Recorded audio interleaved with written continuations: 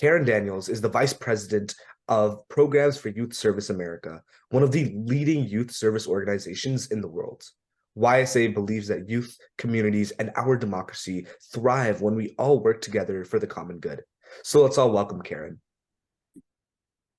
Thank you so much, Nathan and Angela. Hello, everyone. It's a pleasure to be with you this morning.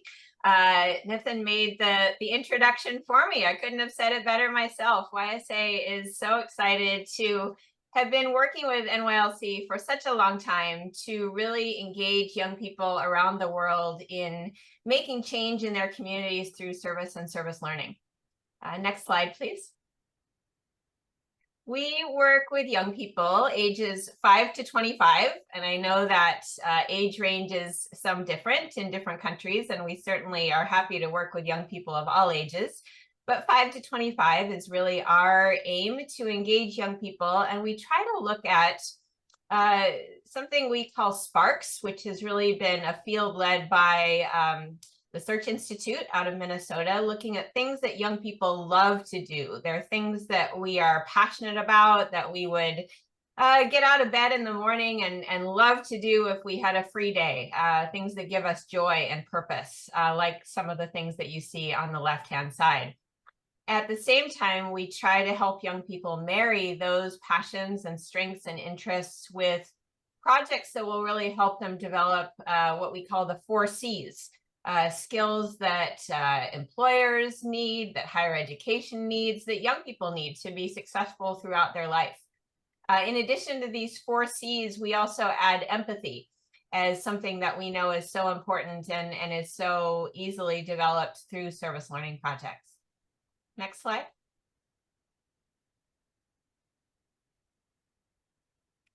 At YSA, we talk a lot about something that we call ASAP. And we find that that's something that translates pretty well. Most people around the world know ASAP means as soon as possible, right away. We don't want to wait for young people to grow up to be able to make an impact on their communities. But we also use that acronym to talk about the 4 main ways that young people can make a difference in their communities. And those 4 ways are, the first is awareness. We know that young people are very powerful communicators to share messages to their peers, to adults, community leaders about issues that they care about. And so we help young people to spread those messages. The S stands for direct service, because sometimes it really takes rolling up your sleeves and getting service done in order to make a difference. The second A is around advocacy, which is really working with public officials and elected leaders to persuade them to use their influence to make change around issues that young people care about. And the P is philanthropy, raising funds to support those issues. We marry that ASAP strategy with the global goals. And I know that you'll be talking about the global goals a lot today, but I'll start a little bit and kick things off today with this framework that we love to use to help young people think about what kind of service project they might like to do. The global goals are a powerful framework because they're broad enough to really not leave anything out that young people are interested in taking on. And yet we know that they provide a framework to show young people that the projects that they're doing in their city are connected to the projects taking place all around the world around that issue. And we've developed some resources, which I'll tell you about, to help young people think about their projects framed around these global goals. Next slide. A little bit about how we work. We primarily we are a B2B organization, so we call ourselves a small and mighty staff. We really achieve the scale that we do by working with partners, big and small. The first group is really school and education organizations, from individual schools and universities to large school districts and networks. We work with youth development organizations, which primarily work with young people in out-of-school time. And we work with community-based organizations that really encourage volunteering around issues, faith-based organizations, civic groups, that kind of thing. Next slide.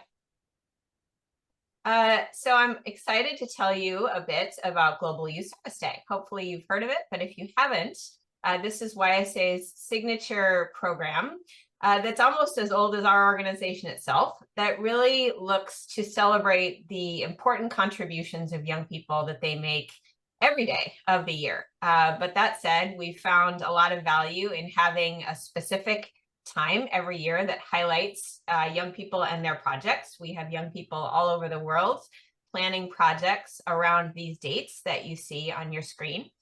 At the same time, we've also recently broadened Global Youth Service Day to Youth Service Month, because we know that inevitably there will be conflicts, and so we want to provide as much flexibility for people to do their projects kind of within that time period. We are celebrating the 36th year of Global Youth Service Day this year, and we really look to this and other big days of service as an important on-ramp for young people who have never served before to do so for the first time, or if they're very involved in service, to really look at deepening their leadership of projects and engaging others through this event. Next slide. We work through four main strategies at YSA. The first is mobilizing youth, and we call that the ask.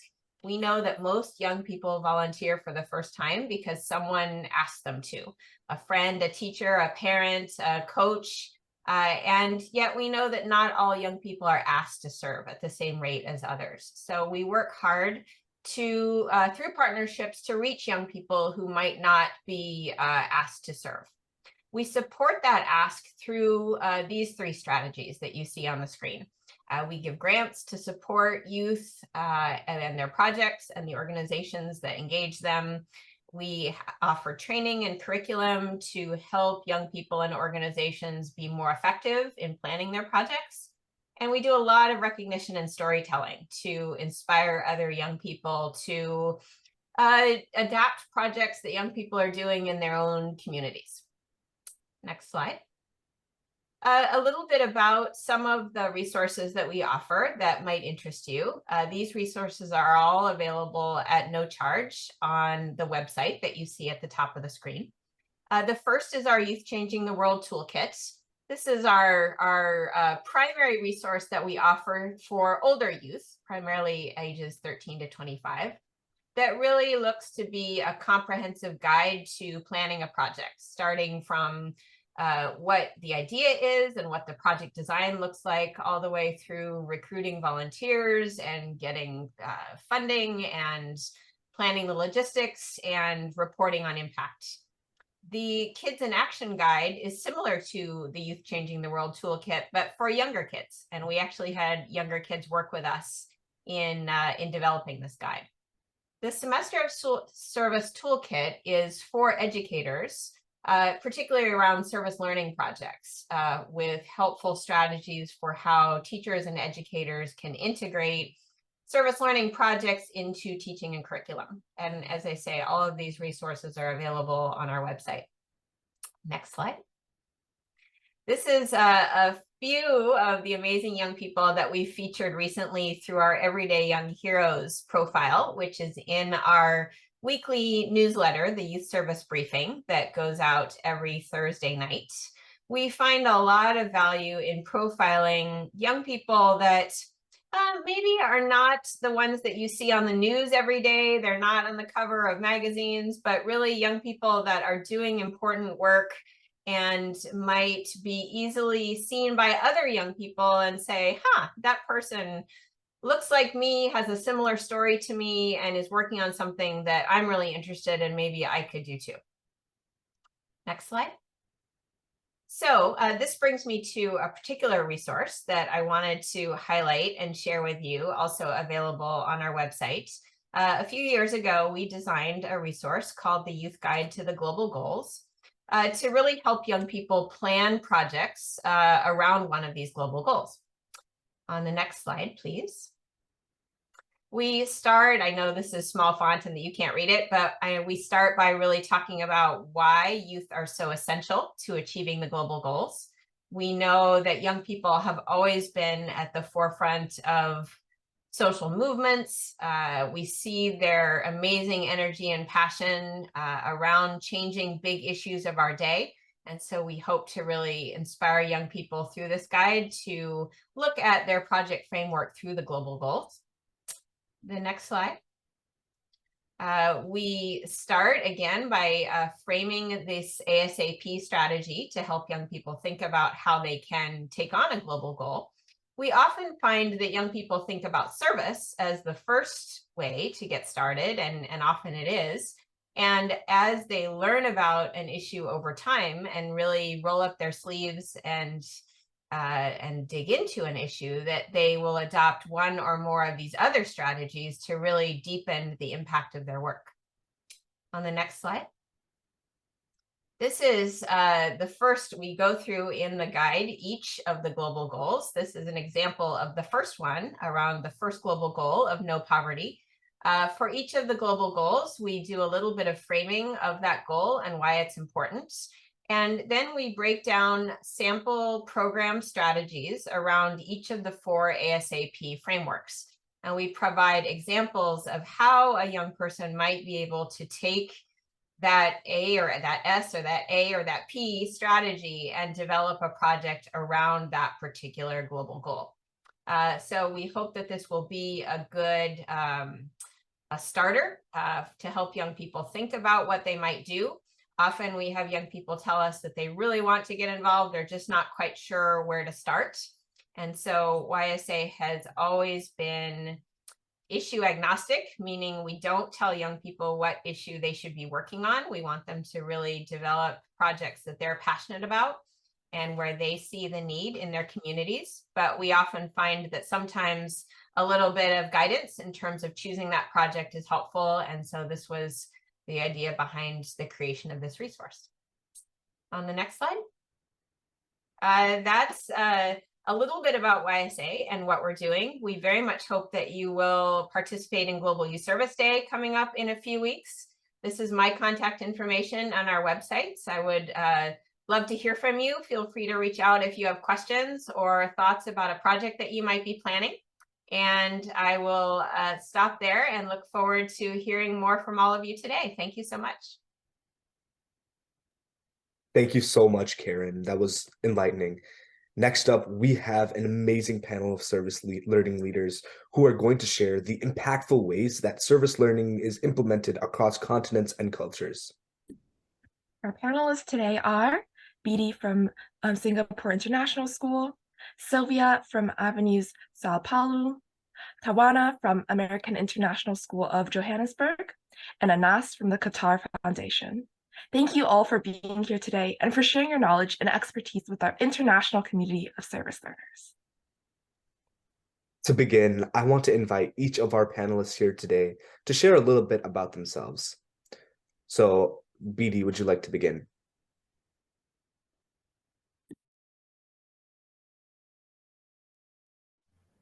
Thank you for inviting me. My name is Bidi Sekizenge. I'm a teacher at SISB, Singapore International School of Bangkok. SISB has 6 campuses currently, and I'm at the TR campus. I teach chemistry and service learning 2 units per week for grade 11 students. I'm passionate about service learning and MUN. I'm the service learning coordinator and MUN teacher in charge. For as long as I've been a teacher, I have tried my best to advocate for better student outcomes because I really believe there is more to education than academics. I think this is why I'm passionate about service learning. Thank you. Thank you so much, Bidi. That was inspiring. Sylvia, would you like to go next? Yes, thank you. Hi, everyone. I'm Silvia Guimarães. I speak right now from São Paulo, Brazil, South America. And I am currently, for 5 years now, the Director of Community Engagement at Avenue São Paulo. It's a K-12 private school in São Paulo, Brazil. And I went to this position when we opened the campus, so I had the opportunity to craft a program from the beginning. And our location in São Paulo is very challenging. It's very unequal. So my school is one of the most expensive schools in the country, and we are faced with a challenge right outside the street. We have a very vulnerable community that in Portuguese we call favela. And I have been doing the relationships and the bridges with student projects and this community and other communities in our city and country as well. So it's a pleasure to be here. Thank you for the invitation. Thank you so much, Sylvia. Tawana, would you like to go next?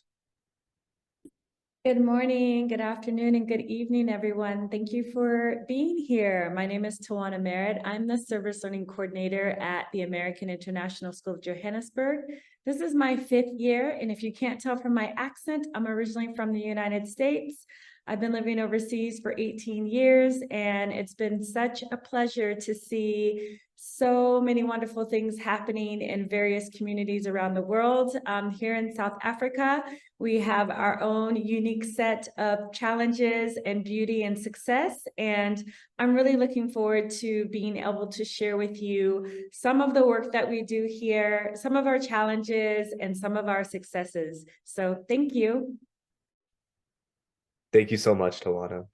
Anas, would you like to finish us off? Yeah, thank you so much. Good morning, good evening, everybody from wherever you're joining us from.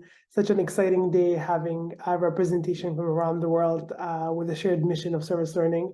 My name is Anas Ghanem. I'm the head of programs at the Qatar Foundation, which is a nonprofit that focuses on unlocking human potential through education, research, and community development.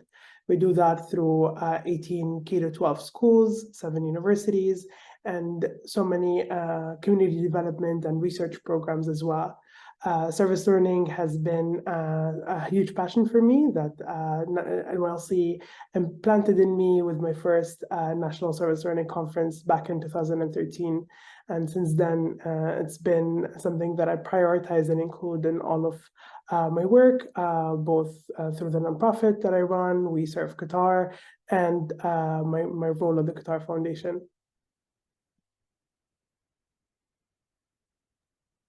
Wow, it is so amazing to see where everyone is from and hear about everyone's stories in relation to service learning. Now, can each of you share briefly about your country's approach to service learning and how it differs from other countries? For example, what cultural or societal factors in your country influence the development and implementation of service learning programs? So, Bidi, would you like to go first? Oh, thank you. Yeah. For me, it's only 2 countries. I've never been out of Africa until I came to Bangkok, Singapore International School of Bangkok. So I can give you those 2 perspectives, but I also took students to Vietnam for a whole week because the SISB schools, what they do is that they have overseas educational programs, which are supposed to bring students into diverse cultures, enriching places. So from grade 9, 10, 11, 12, you all go to different countries. Grade 10s always go to Vietnam. So I was the teacher who went to Vietnam with other teachers to Vietnam. So I'll tell you those experiences that I have. So I'm an African, South African actually. Our pride in Africa is our name. The preservation and dignity and identity hold strong for us. Handouts strip our dignity and humanize us. So that's one way of looking at it. So when people are having all the service partners and all those, but when they are looking at the way service is carried, they have to look at how do we not dehumanize and strip down somebody's dignity as we carry out service partnerships. Here in Asia, Thailand and Vietnam, where I was with students for a week, like what I've said, to them, respect is core. Here, the right address, the bowing, the humility, and respect are vital in this country. So this does not mean in other areas these are not needed. Maybe they are needed in different ways. So I will quote what our former president Nelson Mandela said. If you talk to a man in a language he understands, that goes to his head. But if you talk to him in his own language, in his own culture, that goes to his heart. The framework and structures of service learning should be culturally and societally sensitive so that we touch the heart of our communities and bring mutual respect and understanding as we work collaboratively with our service partners. Thank you. Thank you so much, BD. I completely agree with you. I think cultural and societal factors really influence the way that service learning programs should be developed. So next up, how about we have Sylvia go? Okay, thank you. So I am not sure how much of you are familiar with the social and societal situation in Brazil. Just like the majority of the global South, I think we have societies where there is a lot of inequality. So inequality is one of the most clear features of our society in Brazil. And that is also reflected very much in education. So the majority of the families that can afford private education, even if it's middle-class families, they prioritize education as a private service. And so this creates a need, and actually this creates a separation between the kids that go to private education and public education. And the service learning field is not formally developed in Brazil, which is a contradiction because we do have a lot of scholars and thinkers who spoke about community education, and like Paulo Freire is, maybe the name is not, you're not used to the Portuguese pronunciation, but he was one of the people and educators who studied the importance of community education. However, his name has been politicized a little bit in Brazil, as identified more as a leftist educator, not as an educator, like a community practitioner or an educator. So we don't have a formally, the society is not organized to see service learning as a value. It's sometimes seen as a political aspect of education, which complicates the advancement of the field. And as I was saying, I see now a few private schools. The difference and the privilege is so clear that there are some initiatives in private schools, like the school I work for and many other schools, to create these service learning programs and these opportunities for kids that grow up in a very privileged world to get to know society for real. So it is slowly developing, but I would say there is not like a formality in terms of education, the educational system recognizing service learning and community engagement as a tool for education that has educational outcomes. It's sometimes seen as, you know, just an opinion or a way of doing things that is very disruptive. So, but we are slowly advancing. I think there's a lot of need in Brazil for understanding the difference of political views and science in education, like a way that is proven to have results and which outcomes and which results. That's still something that we have to advance in Brazil. And also that higher education has to have this component as an evaluation for admitting kids. Currently, it's not considered in the admission for universities. I know it is in the United States, and that's good, but in Brazil, it's not considered. And the curriculum of schools, they organize towards this evaluation for higher education. So right now we have a lot to advance also in bringing light to this issue for higher education to consider this as an evaluation process. So I think that's a little bit of the field of service learning currently in Brazil.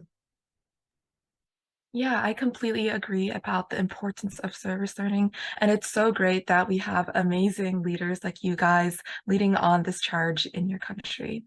So next up, how about we have Tawana go?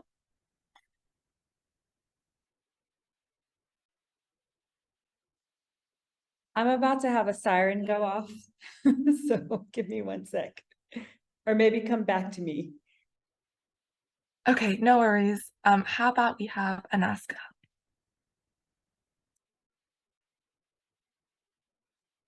Sure. Hi, everybody. So for us, I mean, we always focus on creating meaningful impact in the community. And we do this across the country, but also in the region, in the Arab world. We focus on values-based education, where the students who are raised on certain important values that their families and society implanted in them, and we use those values to build our education system. And with service learning, this helps us take learning beyond the classroom, intertwining that with our rich Arab heritage and values as well. As what we've realized that service learning is a very universal, values-based program that can be applied in a variety of ways and can fit any culture and can seamlessly integrate with the beliefs and the values that the students in the community has. So there's been a long history of our youth wanting to do volunteer work, want to donate, and trying to make a difference. But the integration of service learning into these efforts and including it in the education system has taken that impact to a whole new level and has enriched the education and the learning experience of our students. Particularly, the iPad model has been something life-changing for the students because it gave them a very strategic approach to how they look at service learning and how they plan the work they want to do to create a powerful impact that is meaningful and sustainable as well. It gives them the tools they need to rethink their approach to service learning. Because education is not just about acquiring knowledge, it's about applying that knowledge in real world scenarios. Because we noticed that a lot of the students graduate from university or high school and get surprised with the real world and find that things are way different than that we were used to over the last 12 years of their education. So service learning gives them real world scenarios that provide them insights into how the world works and operates, and how do you raise funds, how do you run programs, and how do you create meaningful impact. Thank you, Amy, to just explain the iPad model, which I encourage you guys to check out. It's a powerful tool that NYLC has developed. This method of learning is deeply rooted in our culture. And if you look at all religions, all societies, and heritage, everything comes back to values. And if we link service learning to the values that people and young people are raised on, that allows them to take their work to the next level. And we engage service learning in a way that allows students to develop academically in a new way, but also create a sustainable impact that goes for longer. Our passion lies in seeing that impact happening from the students' work, but also it's very rewarding for us when we see young people changing majors, starting their own organizations, advocating for a better world, and trying to get united themselves between each other and connect to their peers to come together and do something. And that is very, very, very special. The structure of service learning and kind of the ecosystem it creates between being in school and being connected to your values unites these young people together and connects them to organizations that are like-minded, who want to support them, and encourages that culture of collaboration and creativity where many voices from different places connect and contribute to a stronger impact.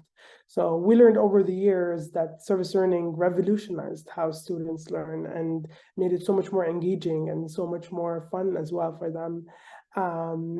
And my biggest takeaway has always been seeing young people who were not particularly the most engaged students in the classroom or did not feel so excited about school, but service learning gave them that space to be empowered, represent themselves, express their passion and the things that they want to work on, and made them perform much better at school. So it's really such a powerful tool that we're so grateful that we've been working on it throughout our school system. Yeah, I completely agree again. Service learning is definitely a way that helped me learn a lot, and definitely a way that I know people around the world have used to learn and grow. So Tawana, I hope you're okay. can you please go or? Okay. Hi, all. Sorry about that. I'm still at school and everything is still happening around me as it does at schools. I had to go chase the guy away with the leaf blower. And then I get the announcement about the testing of the siren. It's after school here, so I guess they're doing all of their jobs and tasks. So excuse me if you hear the alarm again or something else comes up, but I guess that's the nature of schools. But to answer your question, in this country, I think Beatty and Sylvia touched on some very similar structures here in South Africa. If you're not familiar with South Africa, we are one of the most inequitable or uneven societies in the world.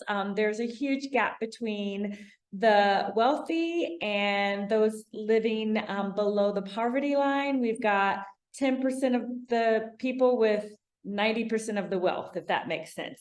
So that definitely has an implication and an impact for approaching service learning. And as Sylvia stated in her comments, I would say South Africa as a country isn't necessarily dedicated to service learning, but they're more of the mindset of receiving lots of aid, as Beatty spoke about. So we've got a private school sector, we've got public school sectors, and we also have my type of school sector, which is more like the independent international school.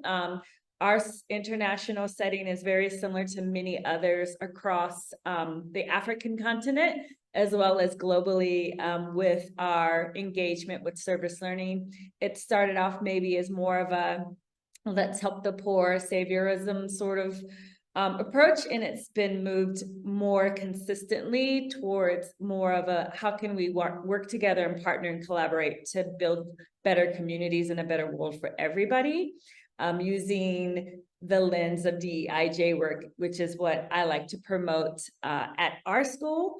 But the cultural component and the societal component, if you are familiar with South Africa, this is a country that has been torn apart by apartheid, which we only just came out of that in 1994, I believe. So it's still very fresh.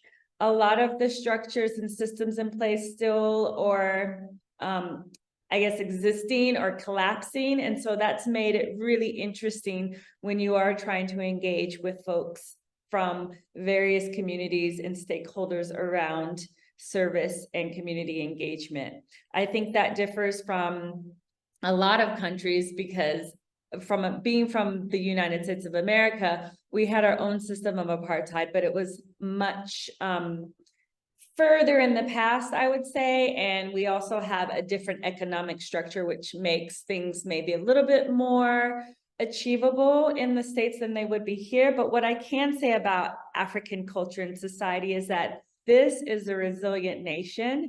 It is so full of beauty and culture and landscapes. There's 11 different official languages, and multiply that by a lot for the various culture groups. And so you find that you have to navigate a lot when you're working with different groups. So this has been a very huge learning experience and opportunity for me as a service learning coordinator, because I've had to really build relationships with our service partners, work to understand more about even what's happening in my own school before I even step foot outside of thinking about what's happening in the larger community. So all of those things, all of those factors that I just named have implications for how service and community engagement play out. And I think that we are still at the tip of the iceberg as far as service learning and what that means. And as Sylvia shared, in the United States, we might have a great system of service and community engagement and having universities seek that in their students and not just academics and what, grade point average you have. We don't have those kinds of structures here in South Africa at the tertiary level. And if we did, perhaps have that, things might operate a little bit differently. But as I said, it's a beautiful and unique country, and yeah, it's full of opportunity, and I'm very pleased that I get to serve and to be a part of this community. So thank you for allowing me to answer that question. Thank you guys so much. I mean, as a student myself, these approaches are all inspiring and interesting. The next question is, what are the key goals and outcomes that service learning programs aim to achieve? Sylvia, would you like to start us off? Yes, wow, that was a great one to reflect on. So of course, my perspective, as everyone's perspective, is my own work, and it has limitations. So the outcomes I chose to share are very much my experience with an economical elite of Brazil, and what do I see they really accomplish while doing service learning in our society, in our context.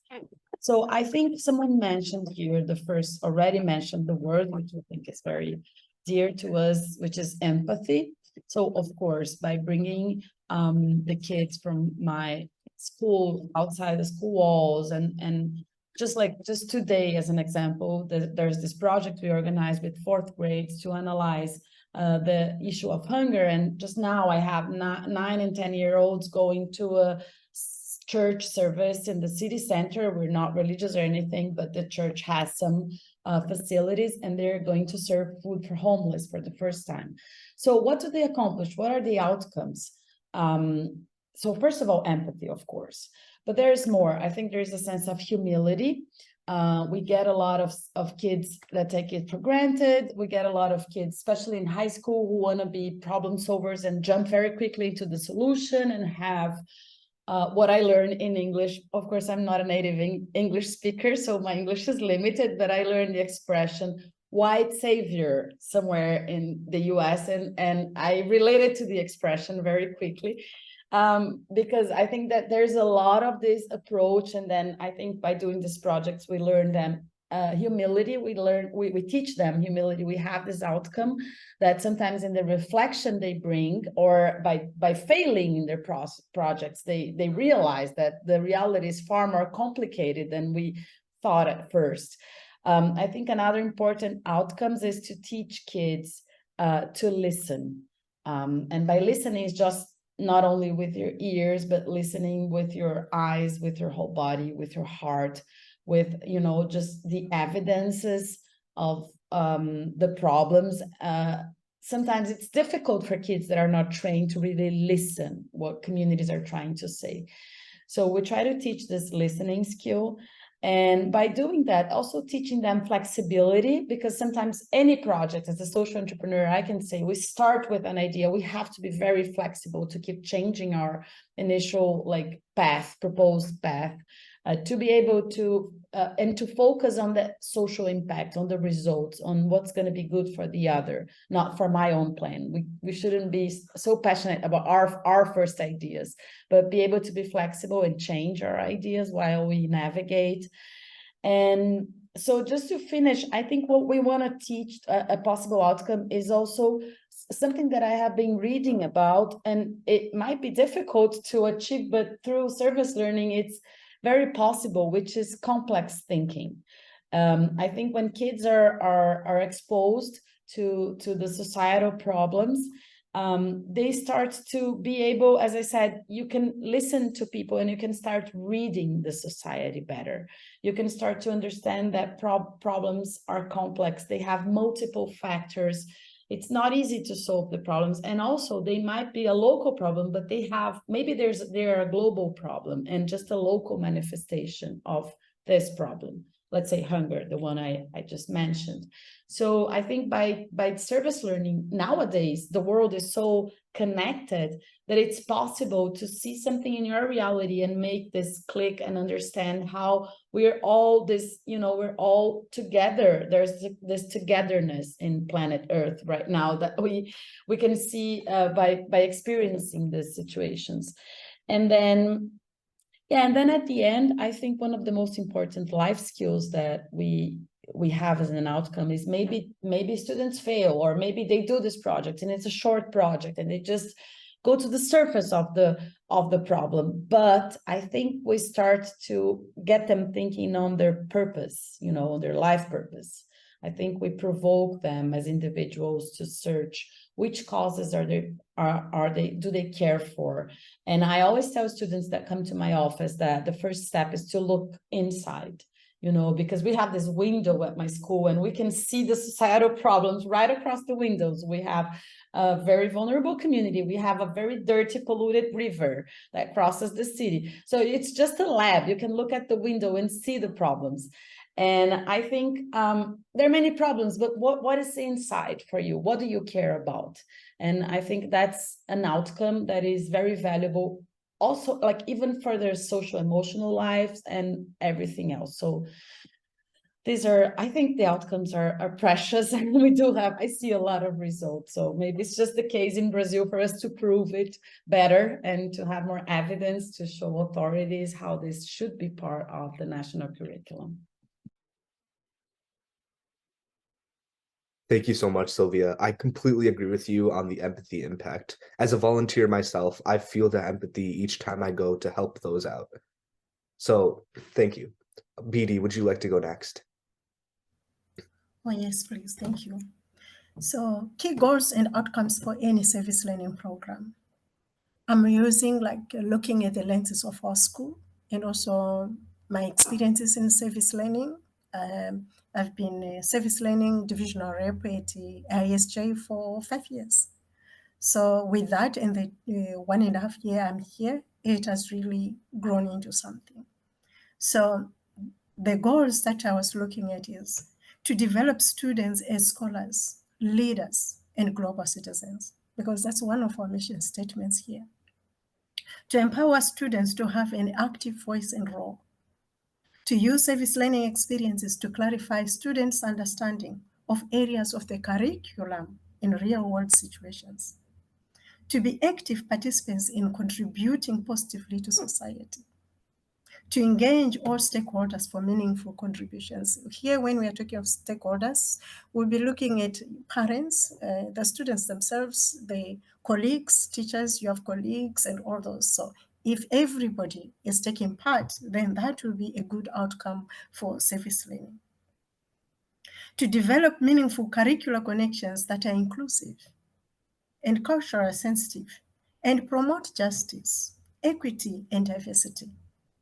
To develop reciprocal, collaborative, and sustainable partnerships with service partners, and to use the use of SDGs as a reference point when addressing local or global issues. There's always in service learning what we say, think globally and act locally. So that's what I would look at when I'm looking at goals and outcomes of service learning. Thank you. Yeah, all of these goals seem so amazing. And I know that with our wonderful group here we have, that these initiatives can definitely be achieved. So our next question is, how does your country's education system support or integrate service learning into the curriculum, and what challenges are faced in doing so? So are there any unique challenges or barriers that you have encountered in implementing or expanding service learning in your country, and how have you overcome them? So Tawana, you can go first. Thank you for that question. Yeah, I was reflecting on this question. It's a really big one, and there's so many different ways I could answer this. I'm going to try to be concise in my response, and I even have some notes here to help me be concise in that. Well, I would say one of the major ways that we've implemented or integrated service learning into our curriculum is that we're pre-K to 12 program. And having my role as a service learning coordinator helps to ensure that the program is being done and that I am supporting the teachers, that the teachers have support of myself and our service learning representatives, which are in each division of the school. And so I feel that that is a really unique role and a really unique way that AISJ, which is the American International School of Johannesburg, that's a really unique way in which they make sure that it's integrated into the curriculum. I would say there's always challenges with that, though, with not everyone necessarily valuing service learning, and time is generally the biggest constraint and hardship. We have a lot of folks at our school who feel, or particularly the parents, which can also be an additional help and also an additional challenge with, focusing on academics, which academics are important. But what I like to say to folks is that service learning work is learning essential skills. These are the skills that our students are going to take forward and use for the rest of their lives. You're not necessarily going to use all the things that you learned in your math class. No shade on math teachers, but I feel that these skills are transcend and integrate well into curricular areas with helping students with even little things like time management, right? Another component, I think, is that we use iPard, which really helps give us a structure and a framework for working through the service model and being flexible with that. And I would say one of the biggest ways of expanding your program in your school and even in the country itself is just building relationships. I spent a lot of my time building relationships with my colleagues, with my students, and with my community partners. And doing so really allows for understanding and growth, not only for myself, but also for our service partners and our students. So I would say that that's one way that I've been able to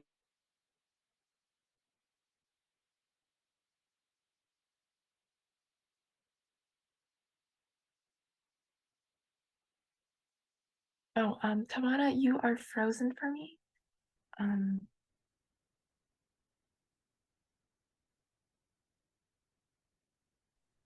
Let's go ahead and invite Anas to answer that question. No worries. Thank you. So I want to answer this starting with the challenges and then link that to the approach and the strategy we use to integrate it within the education system. So there are two big challenges and barriers that we've noticed when we wanted to include service learning in an education system that was not used to it. The first one was finding a balance between integrating modern tech education tools and modern technology and making sure that still aligns with cultural values that the community has. We have a very diverse community of people, of students from around the world, from different religions and cultures, that it makes it very difficult for them and their parents sometimes to accept and utilize some of the technology and some of the strategies and approaches that might sound foreign to them and that might not sound relevant to their culture and localized to the way they are used to live and the way that they were brought up. The other challenge we noticed is that there's a lack of collaboration and that the learning experience has always been very monotone and quite boring. You're in the classroom, you have presentations and PowerPoints and new ways to learn, but there are very limited ways of how students interact beyond being in the classroom. So to overcome that, the strategy and approach that we've taken is we are very heavy on developing a knowledge-based economy. As you know, Qatar is one of the largest LNG producers in the world, and we want to move away from that and use the resources that that has given us to elevate our education system and prepare our youth and young people to be ready to be in a world that we don't depend on fossil fuels, where innovation and strategic work and collaboration builds an economy that is way more socially responsible and that cares more about the planet. So the approach was to really look at experiential learning and community engagement. And there are a million ways you can integrate experiential learning, but what we found that service learning is the most effective way to do that. Because not only is it more experiential, students get out and about, they get their hands dirty, they work together and collaborate, but also fosters a culture of creativity to think beyond the usual and reflect on the challenges and the issues that they see in their community. Because I always like to say that before you point the finger on somebody else or a government or an entity, remember, every time you point your finger, there are 3 fingers pointed towards you. So we ask our students to think 3 times about what they can do to solve this issue. What is their part in taking responsibility, that shared responsibility we all have towards our planet and towards helping each other get through challenges. And then the other thing we focused on is collaboration and inclusivity as well. So we try to integrate the ethos and the approach of service learning into customizing it and localizing it to the local culture and the norms and the values that the community has. We have a very diverse community. Our student body of 5,000 has more than 86 nationalities. We have students from all over the world. There's a variety of differences and entirely different ways of looking at the world. So it's very important for us to do that integration very well and customize service learning to fit that. But also, the second approach was focus on collaboration. How can we build an environment where a diverse community can get along really well and focus on a shared goal and a shared commitment? And service learning has been very good at to do that, because it united students together to feel that shared responsibility that they all have to collaborate towards. And what's also interesting about our work is the schools that we run are also part of Education City, which has another 30 community development, sport engagement programs, a lot of art installations, a lot of art programs that they can be part of. So we're seeing an incredible collaboration that is just would not have been possible if the students were not able to interact with those diverse organizations. So we have students doing mangrove trips where they work with the athletes where the students are kayaking to get to the mangroves. They're getting their exercise, they're learning how to kayak, but they also get to the mangroves, they clean up, do the service part, the impactful part. But then there's a biomarine scientist who's there to explain the importance of the mangroves and why is it very important for us to take care of them and not damage them, and how important they are for the ecosystem and reducing carbon emissions as well. So those collaborations have unlocked phenomenal things and have taken service learning to the next level, because it goes beyond traditional ways. It enabled collaboration with a diverse list of organizations, researchers, artists, and experts. We have students using art, working with our artists in the foundation to develop a program that supports neurodivergent students to connect, learn, and feel included, and provide opportunities for them to interact with each other and express themselves through art, and be able to share their views on life using art if they were not able to do so with other ways. So I think the 2 big things for us have been around collaboration and connecting people from around the world and from different cultures together and localizing the content for them, and connecting all of this work to values that are instilled in everybody, that we can just build on what they are used to and what they care about by linking that what they learn in school and the service learning work they do outside of school to the values that matter to them. And that has changed everything and made young people and our educators as well connect to service learning even more and get a sense of commitment to work on it.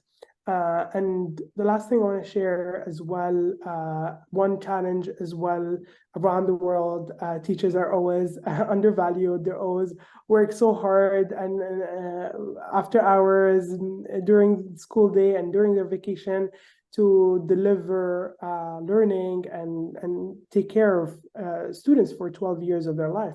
So they go through a lot, and their job is already very challenging. And even if they care about service learning, it's hard for them to integrate it. So what we've learned that providing resources for them, particularly ones from the National Youth Leadership Council, like the IPARD model and other lesson plans and strategies would make it so much easier for teachers to understand service learning and have the support they need to integrate it within their classroom.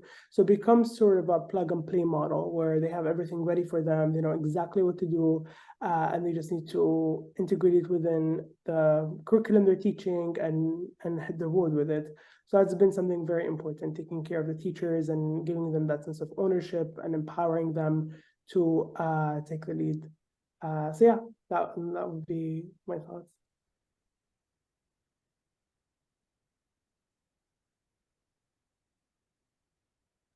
Thank you so much, Anas. That was very interesting, especially the parts on collaboration. As a student myself, working with diverse students, collaboration is always helpful for any type of service like learning project. So I completely agree with that. In a minute, can you share what advice or recommendations you have for service learning practitioners in other countries who are looking to learn from your experiences and potentially adapt similar approaches in their own contexts? BD, would you like to start?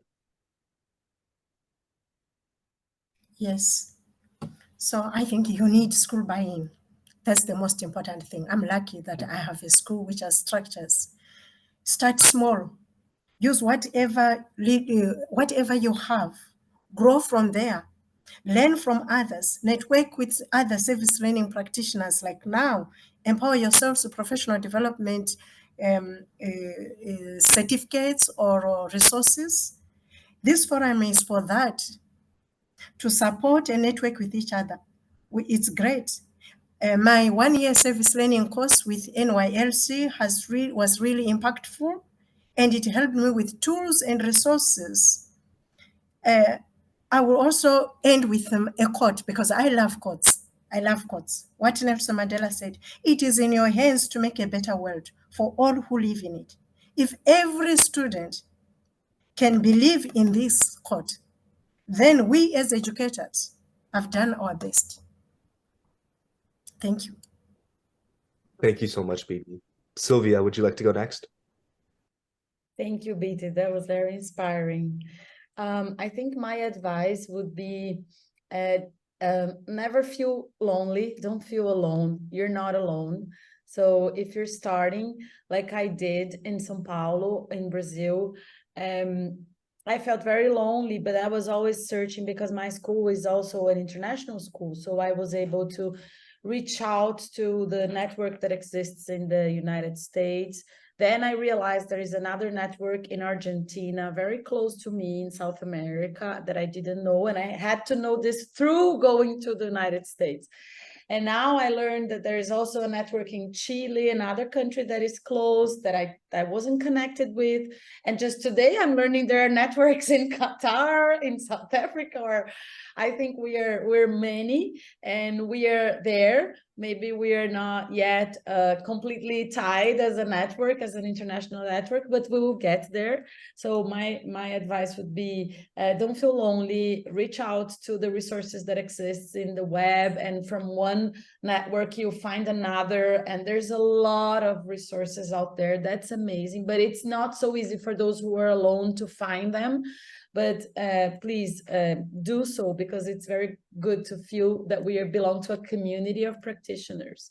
And then my second advice would be, yes, get your inspiration from everywhere else. But then when it's your time to do your projects in your school, in your community, listen carefully to your community leaders, to the representatives of the nonprofits, because every community is unique.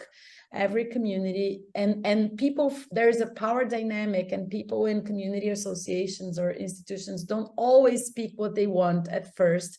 So be a good listener so that you can co-design projects, because by co-designing projects with your community partners, they will certainly be great for your students and also for the communities that these institutions serve. So this are my two advice. Go to the world and then go back to your community. Thank you, Sylvia. That advice is amazing. Next up, Tuana, would you like to go? Hi, thank you. I'm just going to echo what Sylvia said about the networking. I think it's so powerful and impactful. And I think that one of the silver linings from COVID was this ability now to connect with people from all over the world And that's made a huge difference in my service practice and work and the folks that I can connect with and learn from. So networking is one of my biggest pieces of advice is to network. And then looking internally at your own school or organization before you try to look outside.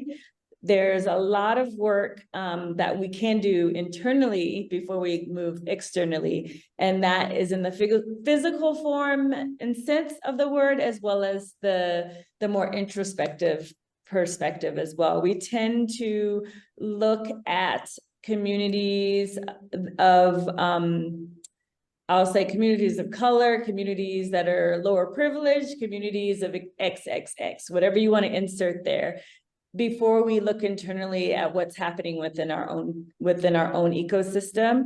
So being resilient, looking at things through a lens of empathy rather than sympathy also aids in our service work and our ability to engage. And before I got cut off before, relationships, just continuing to reach out and build relationships and immersing yourself in the various cultures that are around you within your community organization and as well as beyond the walls of your organization. I learned so much by just building relationships, seeking to understand rather than to react or respond. Those are the kind of tools that I think have really helped me learn and grow, and that I would give advice to others who are out here doing service and community engagement. Thank you. Thank you so much. Finally, Anas, would you like to finish us out? Sure, thank you. I feel like my fellow panelists have shared great insights that I agree with as well. But so for me, two of the things that you guys have mentioned, one is small steps. Change can be scary. Change takes so long, and think of the audience you're working with. Think of what they're used to and what they follow their whole life, and try to fit within that. Try to integrate the approach you want to do within what they already are used to. What truly matters to this audience is for them to feel heard and to feel like the experiences you're providing to them are personalized and are connected to their passion and the things that they want to do in the world. And be patient. It takes a lot of time. Change can take a really, really long time, especially if you are facing challenges in adapting a culture of a school or a classroom to take on this journey of service learning with you. And the second thing I want to address is also connection. My peers also talked about this. Look at your community. Look at the students in your classroom, other teachers, other organizations. Think of global connections as well. Technology has allowed us to connect in very unique ways. It enabled incredible collaborations between people across different cultures and different languages. Utilize that, seek help, collaborate, get advice, and utilize the resources available. National Youth Leadership Council has so many of those that are really incredible and can help you to just plug and play into your school. And my last advice would be is to have fun. Service learning makes education so much more exciting, makes volunteering and making a difference in the world a much more community connected and a united effort that makes it exciting and fun and engaging and brings people together in a very unique way that is hard to achieve without that. So yeah, I wish you all the best on your service learning journey. We all have the shared goal and want to do the best for our students and for the world as well. Yeah, so I want to thank each of our panelists today for joining us, for sharing your voice, your passion, and most importantly, for the impact that you're making in your communities.